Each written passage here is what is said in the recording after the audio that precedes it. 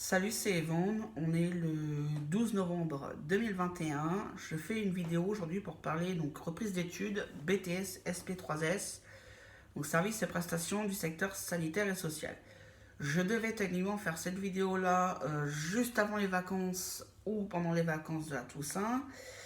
Et finalement, je ne l'ai pas fait parce que j'avais pas la motivation. Puis là, bon, je me suis dit, il faut que je la fasse. Donc voilà. Je vais commencer par parler du matériel. Donc les classeurs, les feuilles, tout ça. Et je parlerai du reste après, du coup. Comment fonctionne ma semaine, le programme de la semaine et les cours. Alors, pour commencer, j'ai donc deux petites pochettes cartonnées. J'en ai une pour tout ce qui est en fait le planning de la semaine. Voilà, donc ça c'est un planning qui techniquement ne devrait pas changer durant l'année. Voilà, j'ai des tests que j'avais passés en tout début d'année scolaire. Et dans celle-là, c'est la partie administrative. Donc voilà. Euh, Pourquoi j'ai fait comme ça? Ça me paraissait plus simple que de mettre tout en vrac. Tout est réuni au même endroit. Je l'avais fait pour le DAE, je l'avais fait, il me semble, pour quand j'étais en prépa projet. Donc voilà. Alors, ce petit classeur-là, je l'avais acheté à Emmaüs fin août, début septembre, justement pour la formation. Je me suis dit, c'est vachement intéressant. Donc, dedans, en fait, j'y mets tous mes livrets. Ça paraît pas classé, mais moi, dans mon bordel, je m'y retrouve. Alors, on a des petits livrets comme ça. Alors, c'est des petits livrets applications, la plupart du temps. Il y a très très peu de cours dedans. Et ceux-là, en fait, c'est ceux qui sont rangés le plus vite, en fait, forcément. Dès que c'est corrigé, dès que tout le livret est terminé et que c'est corrigé au niveau des applications, c'est rangé dans les classeurs. Sinon, voilà, on a des plus gros. Voilà, comme ça. Ils sont assez épais. Ceux-là, ce sera ceux qui seront rangés euh, le moins rapidement, puisque avant qu'on finisse un livret, il peut se passer du temps. Ils paraissent pas si épais que ça paraît très logique qu'en quelques jours on ait tout fait, mais il y a quand même beaucoup de contenu dedans. Il y a pas mal d'applications à faire aussi, donc du coup, voilà, ça se termine pas en une semaine ni en un mois. Donc voilà. Ensuite,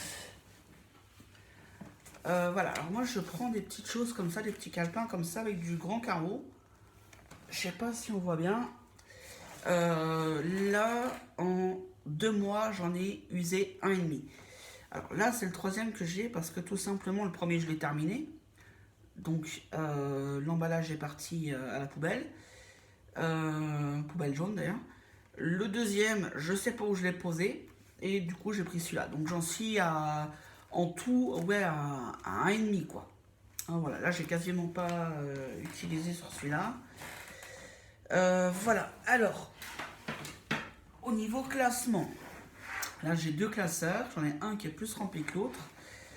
Donc, là, comme je vous disais tout à l'heure, les livrets, une fois qu'ils sont terminés, voilà, il y a les petits intercalaires, donc un intercalaire par matière. Donc, vous voyez, c'est rangé, les cours sont renotés au propre et je les range dedans. Les applications, c'est pareil, je les range dedans.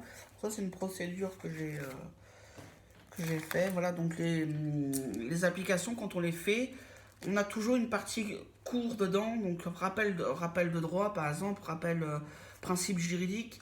Et du coup, c'est vachement intéressant de les recopier au propre après et de les ranger dans sa matière, de chaque application dans sa matière. Et comme ça, après, quand on a des partiels ou enfin, des trucs comme ça, on peut revenir dessus. Voilà, donc tout est rangé. Donc ça, c'est communication. Donc là, j'ai encore des intercalaires. Et c'est pareil pour l'autre. Voilà. Hein, là, c'est pareil. Donc là, j'ai un peu plus de. Ça paraît un peu plus épais, mais c'est parce que j'ai les pochettes plastiques et des copies. Donc là, hein, pareil, c'est rangé par intercalaire. Et voilà, donc les dossiers sont rangés, les cours sont recopiés, les applications aussi, entre guillemets, les cours. C'est les informations qu'on peut avoir en supplément par rapport aux cours. Alors, je vais essayer de trouver un exemple.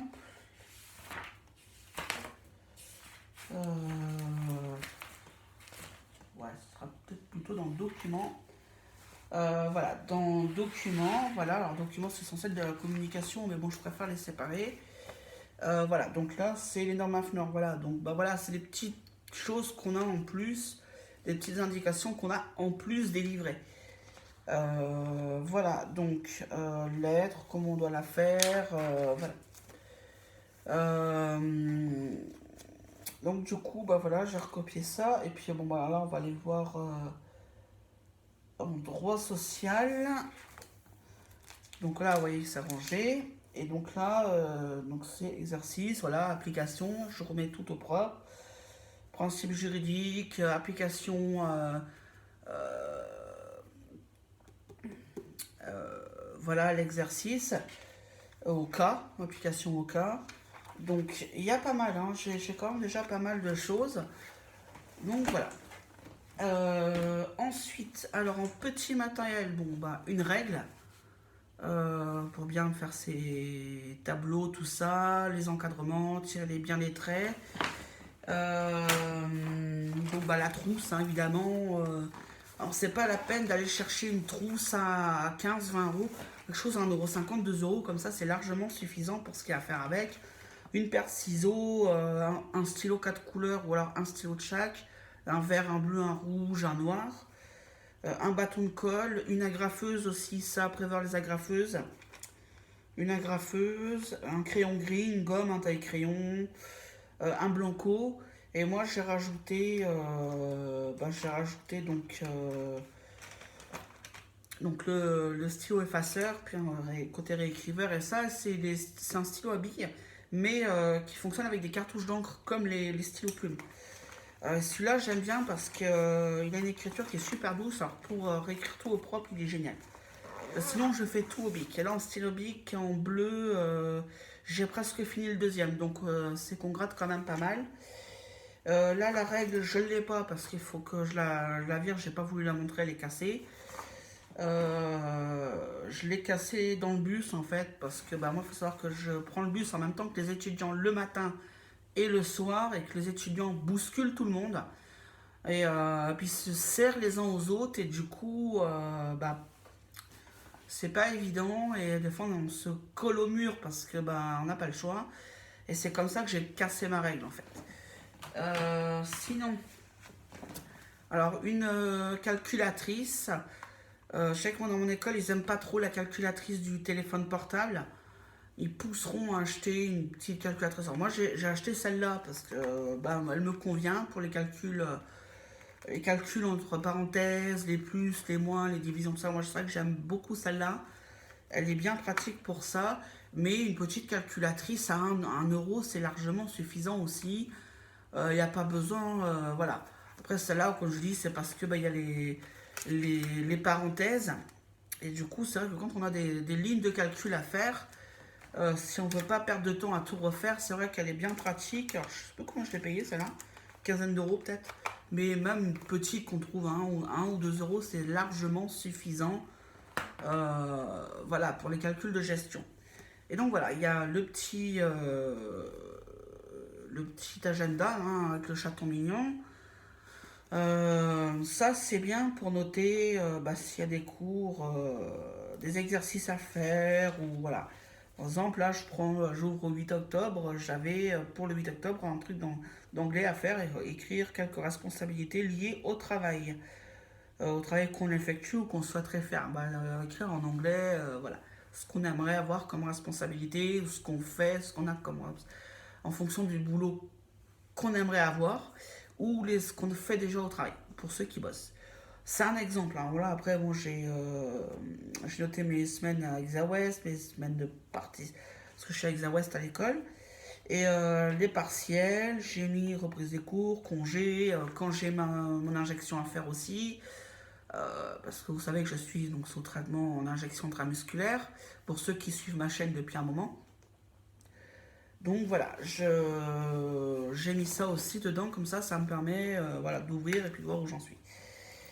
Voilà, donc ça c'est le matériel. On va peut-être parler des cours finalement. Je vais vous donner mon emploi du temps. Voilà.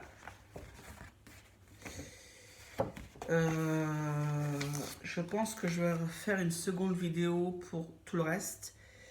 Parce que là, j'arrive déjà à quasi 11 minutes. Donc voilà. Alors, je vais donner mon emploi du temps avec les horaires. Donc, le lundi, je fais... Alors, j'ai technique juridique le matin et communication l'après-midi. Alors, c'est sur 3 heures, hein, bien sûr. C'est pas une heure, une heure de ci, une heure de ça. Non, non, c'est voilà, c'est sur 3 heures.